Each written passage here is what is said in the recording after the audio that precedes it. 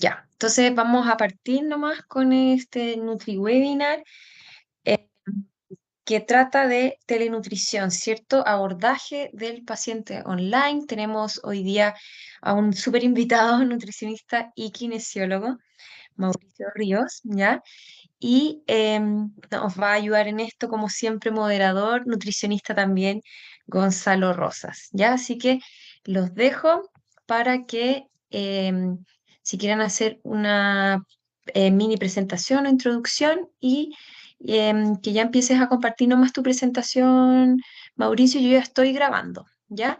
Y avisarle a la gente que está conectada que estas grabaciones después nosotros las subimos a nuestro canal de YouTube, ¿ya? Así que por ahí también van a tener este video, esta información para que después la revisen si tienen alguna duda o cualquier otra cosa así. Ya, los dejo entonces. Gracias, Sofi, por esa introducción. Bueno, es un gusto seguir con este proyecto de NutriWebinar para seguir haciendo nuestra biblioteca virtual con tremendos expositores y actualizarnos cada vez más sobre la nutrición. En esta oportunidad tengo la suerte de presentar a un tremendo colega, un tremendo amigo. Él es Mauricio Río. Él es nutricionista de profesión, kinesiólogo también de profesión, antropometrista ISAC nivel 3, candidato magíster de Ciencias de la Salud y del Entrenamiento, profesor de Nutrición y Dietética de la Escuela de la Universidad Católica, también es director del área del Centro de Nutrición Deportiva de Sport Nutrition Center en Concepción, y también participa dentro de lo que es la nutrición deportiva en Red Salud UC Christus. Así que muy bienvenido, Mauricio, gracias por tu tiempo, gracias por confiar nuevamente en Your Goal para poder actualizarnos un poquito más de un tema que yo creo que en pandemia creció demasiado y nunca está de más, sobre todo, ayudar a las generaciones que están egresando como nutricionistas o nutricionistas que se quieran empezar a dedicar al abordaje de pacientes en consulta online y qué mejor que tener la expertise tuya para ver cómo enfocamos la consulta nutricional para no dejar nada de lado y así entregar un servicio de calidad a distancia, sobre todo en estas instancias que tenemos de poder compartir online. Así que muy bienvenido, Mauricio. Muchas gracias, Gonzalo, gracias, Sofía, por la invitación. Y sí, pues es un tema bien interesante que además nos vamos a dar cuenta que llegó, si antes teníamos cierto número de atenciones online, hoy día nos vamos a dar cuenta que hay un número importante y así lo arrojan algunas encuestas que se han realizado y que llegó básicamente de forma masiva en el tiempo de la pandemia, principalmente 2020, como una estrategia de poder dar seguimiento a los pacientes que eran atendidos de forma presencial en los distintos centros asistenciales. Entonces esto no es algo nuevo, es algo que viene hace bastante tiempo. Lo que sí no hemos puesto más riguroso, probablemente hoy día tenemos mucha más información y disponibilidad de orientaciones de cómo abordar al paciente a través de estas TICs o estas tecnologías de la comunicación que van a estar incorporadas. Bien, yo les voy a hablar sobre telenutrición y el abordaje al paciente online desde una forma, bajar un poquito estos lineamientos, estas recomendaciones, a algo bien práctico que lo podamos llevar y ejecutar en el día a día desde la experiencia local y a raíz, como les digo, de lo que ocurrió en pandemia. Esto es importante solo para hacer un poquito de historia ya cuando parte esta pandemia en donde aparecen los primeros casos ya del COVID-19 y cuando se traslada principalmente a nuestro país y llega este virus con la notificación del primer caso que fue el 3 de marzo del 2020 en un sujeto de la región del Maule de 33 años. Y luego avanzamos ya al 2021, donde fue un año bien interesante porque la positividad frente a la captación en el diagnóstico de este virus a través del PCR alcanzó la positividad más alta a comienzo de ese año, ¿ya? Es decir, había un avance también en la detección. Y eso luego,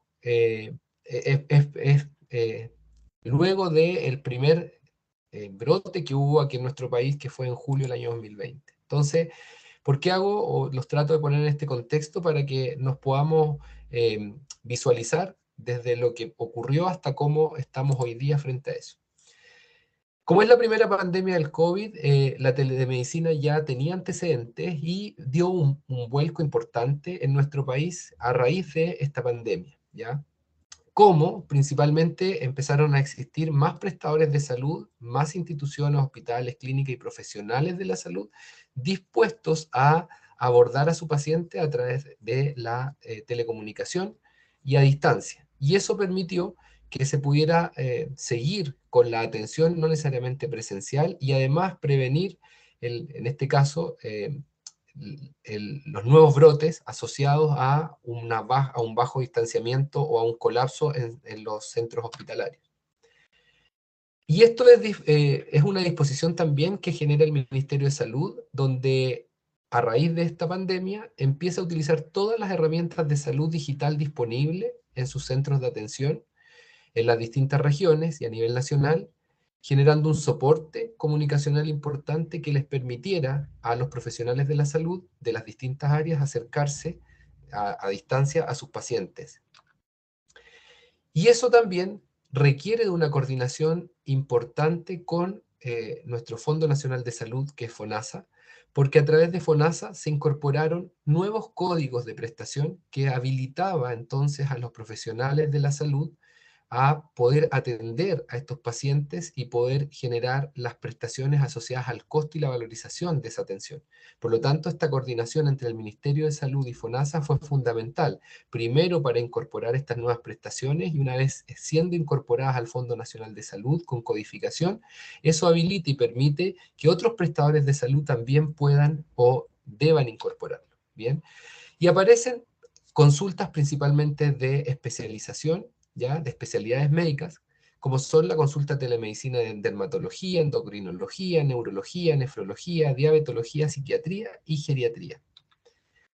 Y para el periodo de crisis del COVID se adicionan además otros 46 códigos de prestaciones, ¿ya? O sea, se le suman a estos códigos nuevas prestaciones, pero asociadas hoy día a tratamientos principalmente por otros profesionales de la salud, no necesariamente el médico. Entonces empiezan a aparecer prestaciones para psicología, fonoaudiología, nutrición, traumatología, neurología pediátrica y kinesiología. Eso fue bien interesante porque, como les digo, a partir de esta codificación, todos los prestadores de salud pueden implementar o pueden bonificar a su afiliado de tal forma que pueda tener una reducción de los costos a través de estas prestaciones. Entonces, si nosotros vamos ahora a ver qué es lo que es una teleconsulta, básicamente corresponde a una consulta a distancia que se realiza a través de tecnologías de la información o TICs. Esto puede ser, nosotros conocemos las TICs desde el aprendizaje, ¿cierto? Son herramientas que se utilizan, herramientas tecnológicas que se utilizan para el aprendizaje, y hoy día estas herramientas se trasladan, ¿cierto?, a esta prestación en salud. Esta teleconsulta es una relación entre un paciente y un médico o profesional de la salud inscrito en el registro de prestadores individuales de la Superintendencia de Salud y que además va a permitir esta comunicación en lugares geográficos distintos, no necesariamente en el mismo lugar, y que pueden interactuar entre sí en tiempo real. Ahora, ¿cuál es la importancia que tiene esta telemedicina en este momento? Bueno, ha tenido un buen recibimiento en general, sobre todo a partir de lo que yo les comenté a nivel ministerial y de FONASA, en los equipos de atención primaria, porque se ha mostrado una enorme capacidad de innovación e implementación rápida, lo que facilita el trabajo y el cumplimiento también de las metas para cada centro de salud en torno a la política sanitaria del país.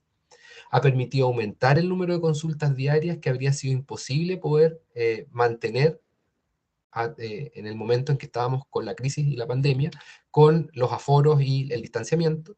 Ha permitido disminuir además la movilidad de funcionarios y usuarios, y hoy día se establecen, si bien es cierto, sigue primando la atención presencial, hoy día también se mantienen atenciones a distancias o un mix entre atención presencial y atención a distancia. Otras prestaciones a distancia que han sido exploradas en el ámbito de educación y prevención son también educaciones a los usuarios, capacitaciones o talleres a los mismos equipos de salud. Por lo tanto, esto nos permite acercar a través de la tecnología el conocimiento, la capacitación y permitir una mayor comunicación entre el Ministerio de Salud y también sus funcionarios. Por lo tanto, sería entonces esta telemedicina una excelente herramienta para abordar las tres problemáticas que han significado una disminución de demanda y una oferta significativa en la atención de salud. Primero, permite proveer alternativas para ser atendidas a las personas con temor, por ejemplo, de ir a la consulta presencial, en este caso por poder contagiarse principalmente. Dos, permite un flujo de pacientes en los centros de atención y con ello contribuye al distanciamiento social, o sea, estamos previniendo nuevos contagios. Y además algo interesante que tiene que ver desde lo práctico y lo económico es que no se requieren elementos de protección personal para este tipo de atención, porque sabemos que tanto el profesional como el usuario no están en el mismo lugar.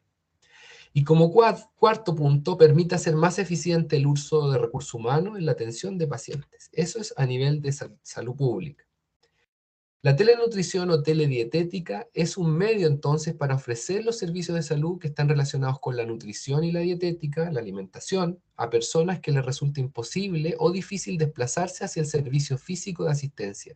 Esa definición implica que no necesariamente este sistema de atención va a estar asociado a la pandemia o a el momento crítico, ¿cierto? Sino que más bien hoy día puede traspasarse a cualquier tipo de atención que podemos ofrecer, porque como les digo, estas prestaciones ya están incorporadas y codificadas en el Fondo Nacional de Salud. Esta metodología de atención representa una alternativa entonces, ¿para qué? Para facilitar los servicios de asistencia sanitaria y que complementan los métodos clásicos y tradicionales. O sea, no está reemplazando la atención presencial, sino que está complementando ese trabajo.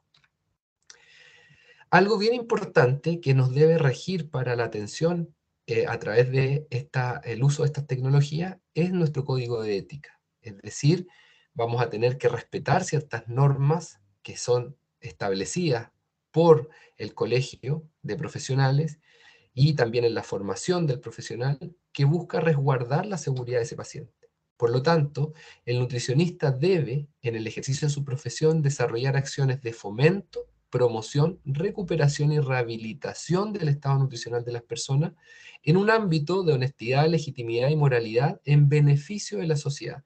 Ese es el código de ética que nos rige a nosotros y que está estipulado así a través del Colegio de Nutricionistas como asociación gremial. Entonces, nosotros nos vamos a regir por este código de ética y estamos obligados a tener buenas prácticas en esta teleatención o en esta telenutrición. ¿Cuáles son estas buenas prácticas? Bueno, vamos a tener una relación, ¿cierto?, entre el prestador de salud o el profesional y el paciente, y vamos a tener que usar la tecnología, entonces, para poder comunicarnos, porque se reemplaza a través de esta forma de atención la actividad presencial. Independiente del sistema de telemedicina que utiliza el profesional, es decir, sea la vía de comunicación, un link de conexión a través de Meet, a través de Zoom, una videollamada, una llamada por teléfono, independiente del sistema que se utilice, los principios de bioética del nutricionista a los que está sujeta mundialmente la profesión nunca deben comprometerse, es decir, respetar este código de ética. Por lo tanto, es muy importante resguardar la seguridad del paciente con todos los antecedentes que nosotros vamos a obtener para poder evaluar en ese momento cómo está nutricionalmente y alimentariamente nuestro paciente. Para eso, para estas buenas prácticas, aparecen algunas recomendaciones. La primera de ellas es de telenutrición y teledietética, una guía de buenas prácticas que fue publicada en mayo del 2020, es decir, al inicio de la pandemia para nosotros, pero ya sabemos que esto se estaba presentando en Europa en Asia y en Europa en noviembre, diciembre, enero.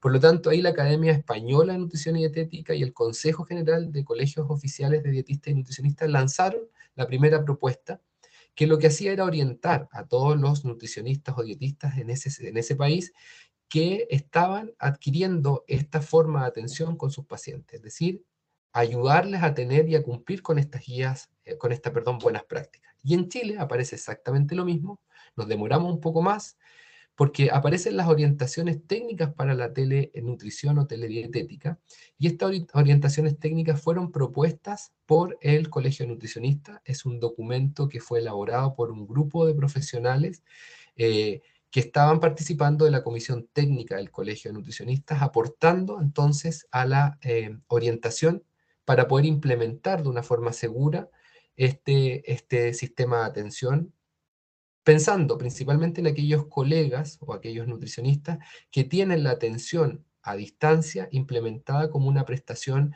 particular o privada, no necesariamente asociada, ¿cierto?, a el trabajo en clínica o en un centro de salud, sino que más bien fue orientar y poder alinearnos todos bajo un mismo formato de atención. Yo les voy a compartir a través de ese código QR, ustedes pueden descargar las orientaciones técnicas donde aparece cómo trabajar, de qué preocuparse, cuáles son los puntos críticos en esta atención que tenemos que considerar al momento de enviar el link, por ejemplo, de conexión para nuestro paciente. Entonces, las buenas prácticas van a estar relacionadas con la seguridad y la calidad de en la atención remota, la seguridad y protección de la información e interoperabilidad de la información, la habilitación para el ejercicio y aspectos asociados a la responsabilidad administrativa y civil de la prestación. ¿Por qué? Porque el responsable de que la atención que se entrega sea equivalente a una presencial siempre va a ser el prestador de salud. Es decir, si yo estoy atendiendo a través de este sistema, yo soy el responsable de que la calidad de la atención, la seguridad de esa atención sea exactamente igual al formato presencial. Por eso es muy importante resguardarse, ¿bien? Ahora, la privacidad de los datos del paciente es fundamental, mantener la confidencialidad y preocuparnos de resguardar esos antecedentes del paciente, ¿ya? Sobre todo porque, dependiendo del sistema que nosotros utilicemos para el almacenamiento de esos datos, ¿bien? Si no se cumple con esto, si no se cumple con la calidad, debe existir, y esto lo entregan todas las orientaciones, debe existir la devolución de la prestación. Es decir, si no cumplimos con la calidad de nuestro servicio, estamos obligados a devolver. Lo mismo pasa si es que nosotros transgredimos la confidencialidad, probablemente nos toque además indemnizar a ese paciente, que es lo mismo que ocurriría en cualquier situación presencial, ¿ya? Entonces vamos a las buenas prácticas en telenutrición, básicamente cómo las implementamos. Bien. Nosotros, en nuestra consulta, lo que hacemos es determinar la composición corporal del deportista o del paciente. Yo lo puse aquí en un ejemplo mío por lo que yo hago, pero nosotros determinamos y evaluamos la composición corporal de forma presencial, determinamos la energía necesaria para en función de un balance calórico y el objetivo de peso del individuo o el objetivo deportivo del individuo. Evaluamos y corregimos excesos y carencias de macro y micronutrientes que vamos a detectar. Buscamos cubrir las necesidades de nutrientes y nutrientes claves, por ejemplo, para el caso de deportistas, para su rendimiento. Organizamos los horarios de alimentación, los tiempos de alimentación, las preparaciones o formatos de preparaciones. Brindamos educación alimentaria y nutricional y asesoramos sobre la utilidad de suplementos. Eso es lo que hacemos de forma presencial, pero no lo vamos a poder hacer de la misma forma a través de la teleatención, porque probablemente se va a ver comprometida la determinación de la composición corporal de una forma objetiva. Sin embargo, hoy día existen herramientas que nos permiten abordar este punto de una forma subjetiva. Si nosotros aplicamos esas herramientas, vamos a llegar a un diagnóstico en donde podemos utilizar estos parámetros para poder plantearnos en base a ese diagnóstico posteriormente los objetivos. ¿Bien? Por lo tanto, si ustedes se fijan, de todos los puntos que están ahí, solo uno es el que no podemos abordar dentro de la teleatención, pero vamos a ver más adelante que sí podemos deducir algo de información ahí a partir de esta valoración global subjetiva. Pregunta entonces, ¿va a ser relevante el peso para la teleatención si yo tengo todos esos otros puntos que puedo considerar? Probablemente no va a ser relevante y vamos a tener que darle más peso a lo que nos importa y lo que vamos a poder obtener en esa consulta, que van a ser indicadores dietarios, indicadores de su alimentación, los horarios de alimentación, las preferencias alimentarias, alergias alimentarias, etc. Por lo tanto, vamos a poder obtener más información desde el punto de vista alimentario y dietario, donde vamos a poder detenernos un poco más. Entonces, el peso no va a ser lo más importante. Entonces, Y es por eso que empezamos a trabajar con esta valoración global subjetiva. Y fíjense que nosotros vamos a tener indicadores que evalúan la masa corporal total, indicadores de masa grasa o de adiposidad, e indicadores de masa muscular o masa libre de grasa, eso de una forma objetiva. Bien, de una forma subjetiva podemos llegar a deducir lo mismo. Sin embargo, tenemos que utilizar en buena forma las herramientas disponibles para ello. Pero podemos subjetivamente entonces valorar esta condición. Entonces, el peso en la tela de tensión, como no va a ser relevante, porque vamos a poder objetivamente, o incluso objetivamente a través de la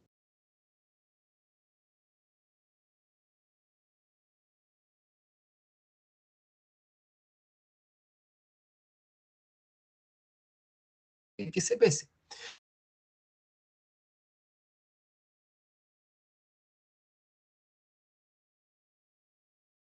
Estar ahí en conocer los implementos, la superficie donde debe estar esa balanza, la calibración de esa balanza con algún producto o algún elemento que tenga en la casa y que tenga un peso establecido, por ejemplo, 1 kilo de azúcar, 1 kilo de arroz, y comprobar que la balanza está en buen estado. Lo mismo pasa si es digital. Luego, información importante para él, cómo debe estar. Debe estar con la mínima cantidad de ropa, debe ser a primera hora del día, debe ser a lo mejor después de ir al baño, etcétera, etcétera. Entonces, todas esas indicaciones se las damos nosotros. Otra forma subjetiva de ver cómo va avanzando el paciente a veces son con elementos muy sencillos. ¿Ah? Es como, por ejemplo, le abrocha el cinturón, si ha disminuido o aumentado el orificio en el cual se engancha el cinturón, si la ropa le queda más suelta, si la ropa le queda apretada, si él siente o ella siente que la ropa está más ajustada en ciertas zonas, por ejemplo, en la zona central, en la zona alta del tronco, etc. Nosotros podemos ir captando información que nos permite ir asociando esa información en base al peso. Sin embargo, no lo estamos evaluando nosotros directamente. Para determinar la energía necesaria en función de un balance calórico y del objetivo de peso del individuo, nosotros también tenemos elementos que podemos utilizar. Bien. Acá yo le puse peso, pero en general nosotros cambiamos ese objetivo de peso por objetivo de salud, no necesariamente enfocado en el peso. Hoy día sabemos que las intervenciones nuestras no están orientadas en el peso necesariamente, o no debieran estar ahí, en nuestro foco. Entonces, para determinar el balance energético, nosotros vamos a tener que obtener información del paciente, el tipo de actividades que realiza y la totalidad de las actividades diarias que realiza, o en su defecto el máximo de actividades que podamos identificar en esta conversación con el paciente. Si hace algún tipo de actividad, nos vamos a enfocar en el tipo de actividad, en la frecuencia, en las características de esa actividad para poder deducir qué factor de corrección vamos a utilizar en la fórmula que empleemos para determinar el gasto energético total. Ahora es bien interesante porque eso lo podemos hacer manual, como aparece acá y como nos han enseñado en nuestra formación. También existen ciertos programas que podemos utilizar, programas computacionales que nos permiten ir trabajando y optimizando el tiempo, pero también están hoy día aplicaciones que son bien interesantes, que nos favorecen porque nos permiten hacer nuestro trabajo y además mantener una comunicación constante con el paciente. Entonces, por ejemplo, yo le voy a mostrar aquí una aplicación en donde yo puedo trabajar con los datos del paciente, ingresos en los datos del paciente, creo una ficha de ese paciente, dependiendo de lo que queramos obtener como resultado, ¿cierto? Después de nuestra intervención, nosotros vamos a determinar, por ejemplo, su necesidad energética. Voy a seleccionar una fórmula. Acá las aplicaciones, muchas de ellas traen incorporadas varias fórmulas. Eso permite, en el caso del profesional que está evaluando, el nutricionista, decidir con cuál de ellas trabaja, a diferencia de un sistema que trae una sola fórmula o que no tiene la capacidad de seleccionar de forma adecuada la fórmula correcta. Ninguna fórmula es correcta, todas van a tener variaciones porcentuales en la estimación cuando lo comparamos con métodos que son más directos, pero nosotros tenemos que tratar de buscar o de que esa variación sea la menor, y para eso un aspecto importante es identificar todas las actividades del paciente. Dos, saber las características de esas actividades para poder corregir por el factor de forma adecuada. Y lo más importante, las características del paciente. Eso nos va a permitir decidir entre una fórmula u otra. Acá yo puedo seleccionar la fórmula, puedo ingresar las actividades y inmediatamente me calcula o me determina su tasa metabólica basal y me está entregando el gasto energético total. me va a entregar incluso el valor energético del tejido adiposo, ya cómo yo puedo, a partir de ese valor, también generar ciertas restricciones calóricas, por ejemplo. Por lo tanto, hoy día la tecnología nos ayuda y nos permite o nos facilita el trabajo con los pacientes a distancia. Bien, algo interesante acá es el método dietario. ¿Y por qué digo stop? Porque es donde deberíamos dar probablemente mayor énfasis en esta teleatención, porque de ahí van a surgir datos importantes que nos van a permitir hacer estos cambios. Otra cosa que nos favorece la teleatención es que muchas veces el paciente está en su casa. Eso facilita el disponer de información relevante para nosotros, para que nos va a servir en este método. Uno, el tipo de, por ejemplo, utensilios que utiliza, por ejemplo, el tamaño de su taza, el tamaño del plato, eso va a estar a la mano. Y si preguntamos por algún alimento, también va a estar a la mano probablemente ese alimento. Vamos a poder distinguir qué es lo que tiene, y eso nos hace acercarnos un poco más que lo que ocurriría si estamos de forma presencial, que solamente en ese caso a lo que vamos a recurrir es a la memoria del paciente. Bien, entonces el método dietario va a ser fundamental. Sabemos que es uno de los 5 métodos que contribuye al diagnóstico nutricional en los seres humanos, y tiene como objetivo determinar la ingesta de alimentos en individuos o grupos poblacionales, ¿ya? Y en qué medida esa ingesta impacta en su estado nutricional. El estudio del consumo de alimentos es uno de los aspectos más importantes de la ciencia de la nutrición, pues hoy en día hay suficiente evidencia que relaciona, ¿ya?, el modelo de consumo alimentario y el desarrollo de enfermedades crónicas degenerativas. Por otra parte, el cálculo de diferentes índices de calidad de la dieta, ¿ya?, calidad de nutrientes, calidad o cantidad calórica, nos permite tener una idea global del estado de nutrición cuando lo asociamos con otras variables, y es por ello que el conocimiento del consumo de alimentos, así como los hábitos, frecuencias y preferencia alimentaria de un individuo, es imprescindible frente a cualquier intervención nutricional. Yo puse acá solamente eh, algunos de los elementos que podemos utilizar. Por ejemplo, en la encuesta alimentaria está el recordatorio de 24 horas, tenemos la encuesta de tendencia de consumo cuantificada, tenemos la frecuencia de consumo semi-cuantitativa, la anamnesia alimentaria también es una forma, es una encuesta alimentaria, pero nos permite obtener menos variables. La medida que vemos acá, por ejemplo, el recordatorio de 24 horas nos permite obtener más información que si yo aplico solamente la anamnesia alimentaria, que me permite obtener una información bien reducida. Ahora, lo bueno es que nosotros podemos asociar distintas encuestas para poder obtener una información mucho más real. Por ejemplo, puedo asociar la anamnesia alimentaria y puedo aplicar un recordatorio de 24 horas. Puedo aplicar una anamnesia, un recordatorio y una encuesta de tendencia cuantificada, reducida o apuntada a ciertos alimentos que probablemente estén relacionados con la patología del paciente por la cual me está preguntando o está consultando, o en el caso del deportista, por el tipo de actividad y objetivo que busca. Este método dietario incluso permite en las encuestas alimentarias los registros telefónicos, para que vean que esto no es hoy día algo nuevo, sino que esto se viene dando hace mucho tiempo. Y dentro de la encuesta alimentaria están estos registros telefónicos que también nos permiten obtener indicadores dietarios. Es decir, yo puedo llamar por teléfono al paciente y también puedo obtener información relevante en cuanto a su alimentación. Y fíjense ustedes que incluso es una información mucho mayor a la que puedo obtener solo con la anamnesis alimentaria. Y a veces le damos mucho énfasis a este otro, pero dejamos de lado a veces asociaciones que pueden ser bien interesantes y que nos permiten de forma más aguda llegar al cambio que queremos realizar con nuestro paciente. Análisis por porción duplicada o la observación directa. Bien, esta observación directa claramente está enfocada básicamente cuando el paciente está ingresado en una clínica o en un hospital, y estamos desde el área clínica nuestra, estamos controlando a ese paciente. Aquí abajo aparece un indicador de la calidad de la dieta, que es de la editorial de la Universidad de Concepción. Es un libro que fue publicado, su primera edición en el 2019, y que contiene información bien resumida e importante de nuestro método dietario. Se enfoca solo en los indicadores de la calidad de la dieta. Y es bien interesante porque nos ayuda a recordar a veces esos temas que nos pasaron en nuestra formación y que muchas veces nos dieron más de un dolor de cabeza. Ahí está el famoso recordatorio de 24 horas y las ventajas que tiene esta encuesta alimentaria cuando pongo el recordatorio de 24 horas o la encuesta de tendencia de consumo. Si ustedes se fijan, vamos a tener ventajas en cada uno de los instrumentos que podemos utilizar. Ojalá podamos utilizar una mezcla de ambas para poder como les decía, encontrar información mucho más aguda de nuestro paciente.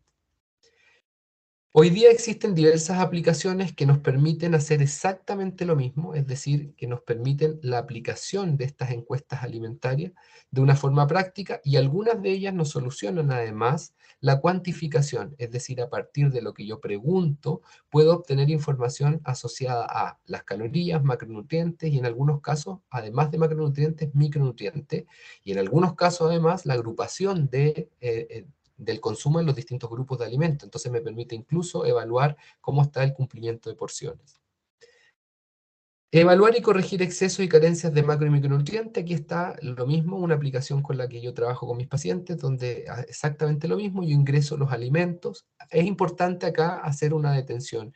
Cuando nosotros busquemos una aplicación, lo primero que tenemos que ver como profesional es cuáles son las herramientas que trae incorporadas. ¿Cuáles son las bases de datos que trae incorporadas? Si trae bases de datos que son internacionales, van a estar a veces alejadas de la realidad. Entonces es muy importante, por ejemplo, en Chile, que en este caso, en el caso de los alimentos, esté incorporadas las referencias de la tabla de composición química de los alimentos o las referencias que pueden estar dadas, por ejemplo, por el INTA en situaciones especiales en algunos alimentos que se han ido incorporando después de la última edición de la tabla de composición química. Y hay aplicaciones que además permiten el ingreso de datos, es decir, que yo ingrese además alimentos para que estén en esta base de datos. Las puedo ingresar con el nombre del producto, puedo ingresar el etiquetado y puedo ingresar el aporte en 100 gramos de ese etiquetado y puedo ingresar el aporte por porción. Por lo tanto, también me permiten incorporando, en mi caso, productos nuevos para poder tener fácilmente después en el recordatorio la información que busco. Entonces, por ejemplo, acá ustedes pueden ver, hay un ejemplo de las comidas, el horario, ahí están los alimentos, están en sus cantidades o medidas caseras, pero acá me va cuantificando todo en gramos del aporte de cada uno de los alimentos que están en los distintos tiempos de comida. Entonces tengo la cuantificación de proteínas, carbohidratos, lípidos y las calorías, y yo puedo pinchar acá y puedo ver todos los nutrientes que me va a ofrecer en base a la información que trae incorporada. Por lo tanto, para nosotros eso es un gran avance porque nos permite optimizar el tiempo de trabajo. Podemos verlo acá, por ejemplo, aquí está lo mismo, el mismo ejemplo anterior, ahí están los distintos horarios de alimentación, ahí está lo que esta persona distribuye en macronutrientes, por ejemplo, en los distintos tiempos de comida, lo mismo lo que pasa con la distribución de calorías en los distintos tiempos de comida, y además me facilita ver la cantidad en gramos totales de lo que está consumiendo. Por ejemplo, en el caso de un deportista, si yo quiero ver lo que consume previo a un entrenamiento, la cantidad que le estoy dando está relacionada con su capacidad gástrica, es bien importante. Me permite observar en la gráfica cómo se distribuyen los nutrientes, por lo tanto, si yo quisiera corregir, por ejemplo, en algunos horarios en donde hay mayor cantidad de algún nutriente u otro, lo puedo ir viendo gráficamente y eso me favorece también la comunicación con el paciente cuando quiero mostrar lo que tiene versus lo que vamos a hacer. En este caso, aquí están los micronutrientes totales de lo que tengo acá, están acá solo los que están incorporados, ¿ya? Y además me hace la clasificación dependiendo de la edad y el sexo según la RDA, es decir, la ingesta diaria admisible que debiera tener este sujeto. Lo que está en rojo es lo que está pasado, lo que está en verde está normal, lo que está en verde, en amarillo, por ejemplo, es poco inadecuado, en base a esa referencia. Hay algunos nutrientes que si están muy altos, la verdad que no hay mayor problema, pero uno sí puede ir haciendo estos cambios en algunos tipos de alimentos y inmediatamente va a ir también modificándose la distribución de estos micronutrientes. Vamos a la evaluación química. Es muy importante obtener esta información. Si el paciente no dispone de ella, nosotros las podemos solicitar. En esta aplicación con la que yo trabajo, por lo menos me permite incorporar, trae una serie de exámenes incorporados, yo los puedo buscar acá, o los puedo buscar acá, y si no están ahí, los puedo solicitar, por ejemplo, como otros exámenes. Entonces, al momento de agregarlos, me aparece luego la receta completa o la indicación que yo le estoy dando al paciente, la puedo enviar por correo de forma directa, de tal forma que el paciente se acerque a un centro, a un laboratorio clínico y los pueda realizar. Y la evaluación clínica, a distancia solo vamos a evaluar signos y síntomas que pudiera tener este paciente en relación a su alimentación o a la condición de base, dependiendo de la patología de base que tiene, nos vamos probablemente a centrar en algunos síntomas que todos ya conocemos, en el caso, por ejemplo, de la diabetes o hipertensión, o en el caso de un deportista, cómo está su rendimiento, cómo están sus sesiones de entrenamiento, el nivel de energía, etc. Y también podemos fijarnos en algunos síntomas o signos importantes asociados a la digestión y el consumo de alimentos. Entonces sería bueno detenernos también ahí para asociar esta información con lo que ya estábamos recabando anteriormente. Por lo tanto, los indicadores dietarios, si se fijan, ya no está el peso de los primeros, sino que los indicadores dietarios, la evaluación clínica, los antecedentes bioquímicos y el balance energético nos va a permitir llegar a este diagnóstico nutricional integrado y nos va a permitir plantearnos el objetivo de intervención nutricional y alimentaria. ¿Cuáles son las principales limitantes de la teleatención?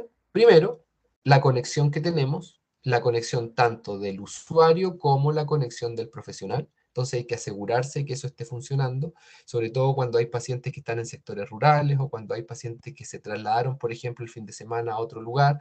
Ahí es importante conocer las condiciones en las que va a estar el paciente. El equipamiento que vamos a tener desde el dispositivo en el que nos vamos a conectar, probablemente la calidad del audio, la calidad de la imagen, si es relevante, etc. Y también el tipo de usuario que tenemos, porque probablemente van a haber algunos usuarios que van a estar más limitados en este sistema de atención y a lo mejor no va a ser lo probable que atendamos a través de un computador, pero sí a lo mejor a través de un llamado telefónico o a través de una videollamada.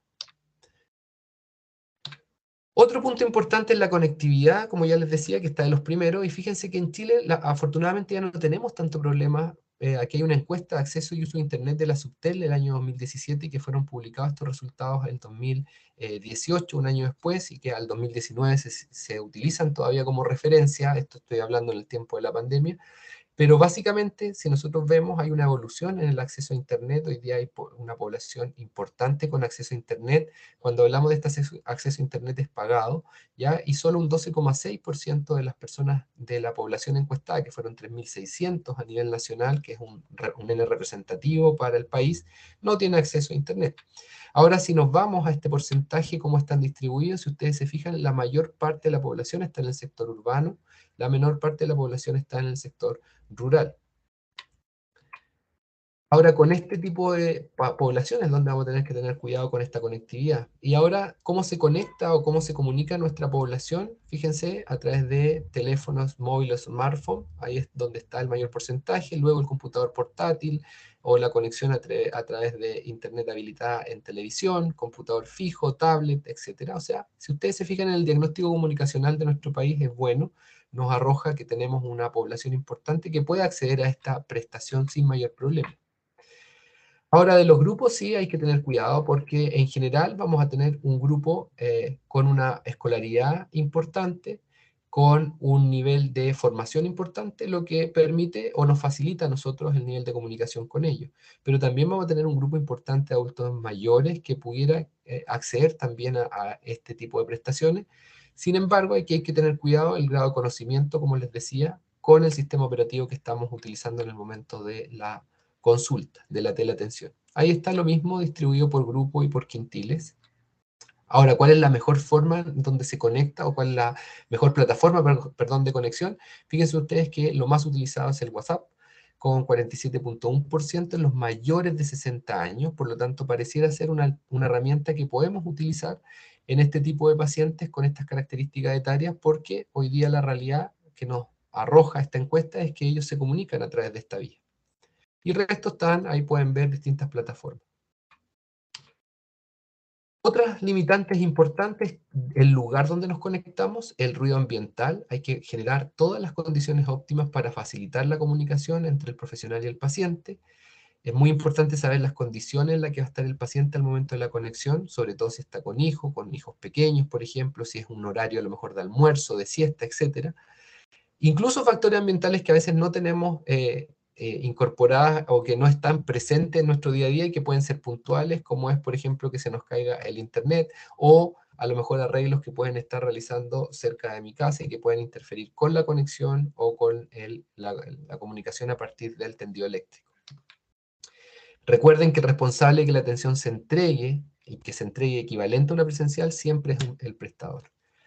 Y como conclusiones yo les puedo decir que debemos fijarnos en aspectos técnicos y de funcionalidad evaluar la accesibilidad y capacidad de los pacientes respecto al uso de estas nuevas tecnologías, seleccionar una plataforma de comunicación bidireccional que ambos sepan manejar y que permita esta comunicación, actualizar la página web identificando de forma clara en un apartado que es un servicio de telenutrición, es decir, en este caso si yo voy a difundir mi prestación, tengo que tener claro y dejar claro además al paciente o a quien observe eso a través de una página web o una red social que es un servicio de telenutrición, y debe además tener este consentimiento de forma legal para poder resguardarse, que usted en este caso pedirle al paciente que pinche un link o hacer alguna encuesta en donde el paciente accede a este tipo de comunicación y lo libera usted también de responsabilidad. Es que está de acuerdo en el fondo con esta prestación. Sobre buenas prácticas, importante asegurar el cumplimiento del código de ética de la profesión y con el Código Internacional de Buenas Prácticas en Servicios de Telesalud, y desde el punto de vista legislativo, cuidar la información del paciente, porque eso nos va a permitir cumplir con la Ley de Atención al Paciente y la Ley de Protección de Datos, y también, frente a cualquier consulta que ustedes tengan en la forma de realizar esta prestación, siempre va a estar el colegio profesional disponible para poder resolverla. La telenutrición abre nuevas oportunidades para conocer bien al paciente, su entorno familiar o laboral, sin sacrificar la privacidad ni la confidencialidad de la atención. Y si usamos además el buen criterio clínico y ético, cada teleconsulta puede ser una ocasión privilegiada para acceder a un espacio que hasta poco parecía restringido en la atención domiciliaria o en la salud ocupacional. Muchas gracias.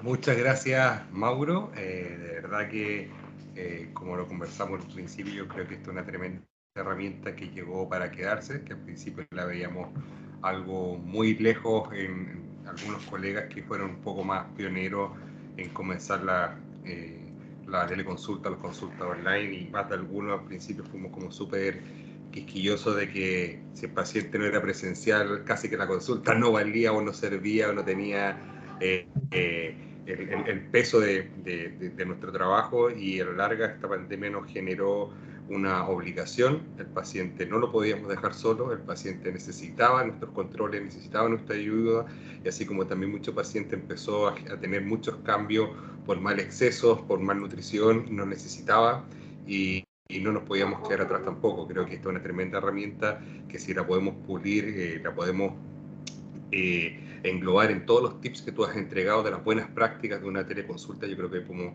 ser una gran ayuda, sobre todo para la población, para gente que a lo mejor muchas veces está en regiones, no tiene acceso a lo mejor a profesionales. No quiero decir que no haya profesionales de calidad, pero muchas veces siempre hay instituciones que están asociadas a profesionales que tienen un estándar distinto y quieren tener acceso, en el caso por ejemplo tuyo en Católica, otros colegas en otras clínicas también, y la telenutrición te genera eso, que estando en cualquier lugar del país yo me puedo atender con Mauricio Rigo y lo puedo seguir, y estando fuera de Chile, estando, que debe pasar un poco con deportistas que muchas veces se van a competir a otros lugares, y el acceso antes era como si no le escribiste en el celular, no tenía ahí cómo poderlo orientar muchas veces, y creo que el estar conectado de esta manera remota y ser un guía en los deportistas sobre todo es también una tremenda herramienta, así como los pacientes que a veces los dejamos un poquito que tienen que ir de viaje, o muchas veces de vacaciones, o también aprovecharon el teletrabajo para irse a otras regiones a tener una mejor calidad de vida, y no querían perder el tema de los controles con uno. Así que frente a eso, como te decía, es una tremenda herramienta,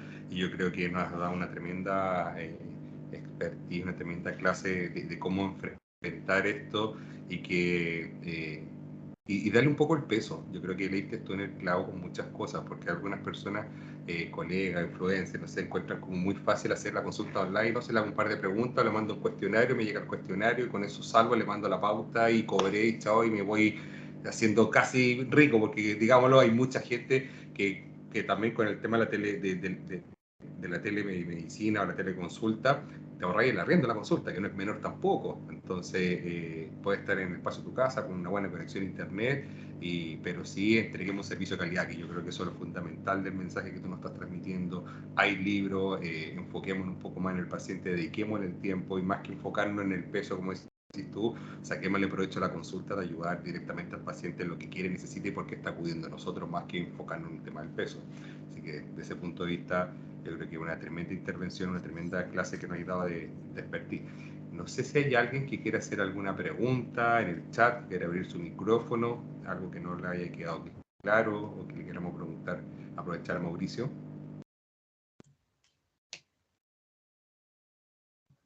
Parece que quedó todo claro. Parece que quedó todo Yo creo que o fue mucha información o quedó todo muy claro, o no se entendió nada. Yo quiero consultar algo, Mauricio, que ¿cuál era el nombre que no alcancé a darme cuenta de esta aplicación que Ah, mostraste que graficaba y todo? Me encantó. sí. Sí, miren, me pasa que he hecho esta capacitación o he compartido desde esta experiencia un poco en otros con colegas de APS, y lo que siempre, o sea, en las presentaciones de estado, lo primero que preguntan es cuál es la aplicación. Yo creo que esta aplicación me debería hacer descuento anual por nombrarla, pero mira, Ah, es una aplicación se llama Dietbox o Dietbox, ¿ya? Tú pagas una suscripción anual que no es cara. Es una sí. aplicación que es hecha entre México, Brasil y Chile. Está en Ah, estos tres lugares perfecto. operando. ¿Y por qué opera en estos tres lugares? Porque tiene información de datos, o sea, antecedentes de los alimentos de esos países, ¿ya? O sea, tiene Mm, desde las tablas USDA hasta el INTA, por ejemplo, ¿ya? mm. Entonces, es una aplicación que incluso, en el caso mío, por ejemplo, me permite tener comunicación directa con el paciente sin tener WhatsApp de por medio, porque el paciente a través de la misma aplicación habla por un WhatsApp y me llega a mí el reporte a través de la aplicación. Entonces ya no estoy entregando el número de teléfono, que muchas veces, en el caso de Ah, pacientes que perfecto. compiten el fin de Sí, semana o que a veces tienen un poquito de ansiedad y están el viernes en la tarde decidiendo qué es lo que comen, te van sí. a escribir. Entonces, se llama Dietbox, lo pueden buscar ahí, no es difícil.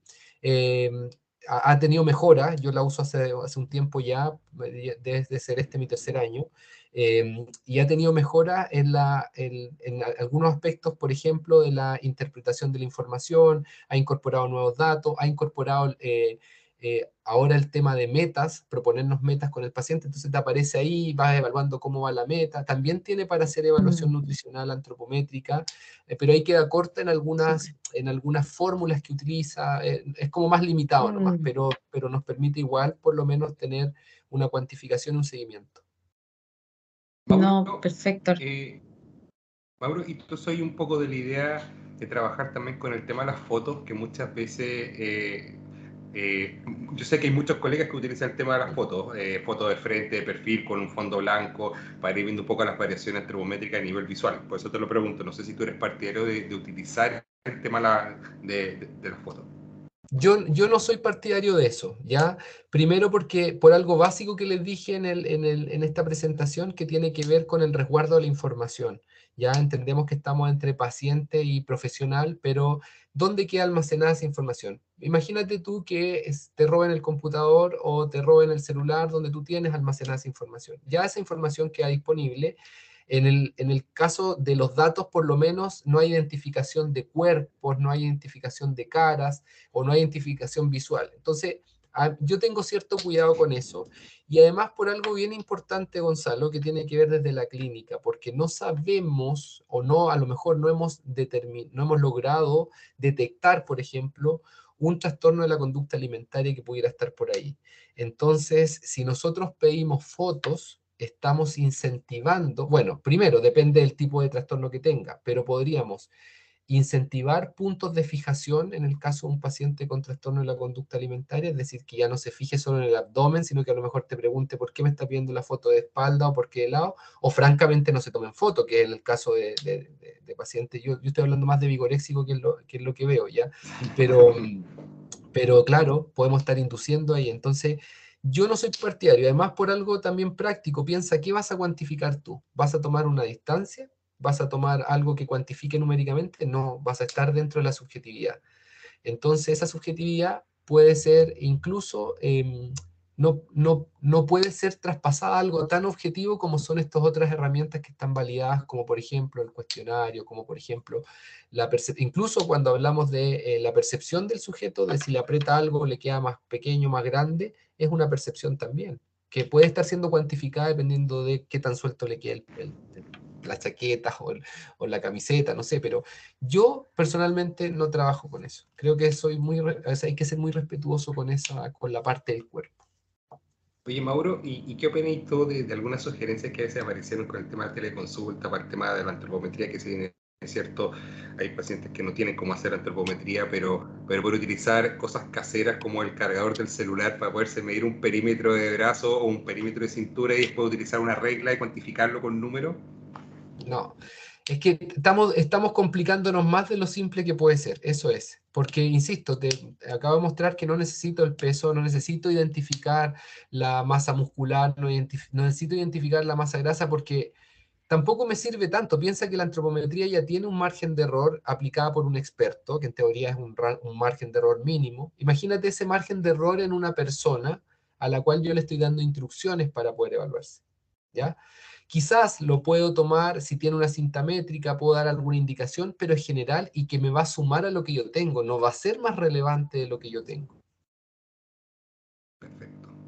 ¿Alguien más tiene alguna pregunta, alguna consulta o dejamos descansar a Mauro? De verdad que ha sido muy completo todo esto que hemos visto. ¿Alguien más en el chat?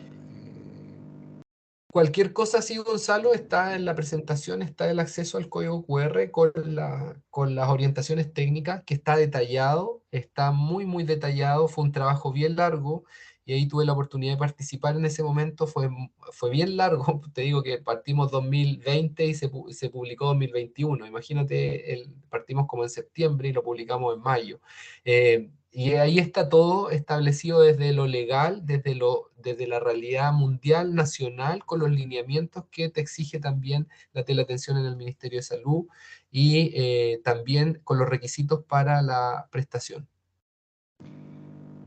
Muchas gracias, Mauro. De verdad, como te dije, agradecer nuevamente por confiar en YourGoal, por querer darnos esta tremenda clase, esta tremenda actualización y estas tremendas herramientas que nos entregaste para desarrollar una alternativa más de consulta, pero de calidad, en base a lo legal, en base a que el paciente se sienta acompañado, se sienta escuchado y no se sienta engañado por todo esto que está en el boom de que es súper fácil entregar indicaciones, pauta, imprimir, que está todo tan de moda y que como hay un dicho por ahí que son todos más nutricionistas que el propio nutricionista, así que de verdad que 1.000.000 de gracias por tu tiempo, Mauro, y por confiar una vez más en nosotros.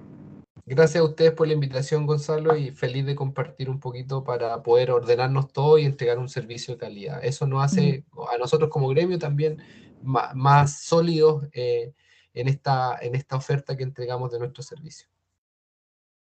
Sofi. Muchas gracias. También entré como para despedirme. Muy buena la presentación de un tema que no se suele exponer, así que muchas gracias por la información. Y también gracias, Gonzalo, por siempre estar y dar una muy buena guía a estos webinars. No, Y bueno, a todos los gracias a ustedes. invitados. Muchas gracias a todos los que se conectaron. Que tengan buenas noches. Gracias, que estén muy bien. Chao, chao. Chao, Mauro, gracias.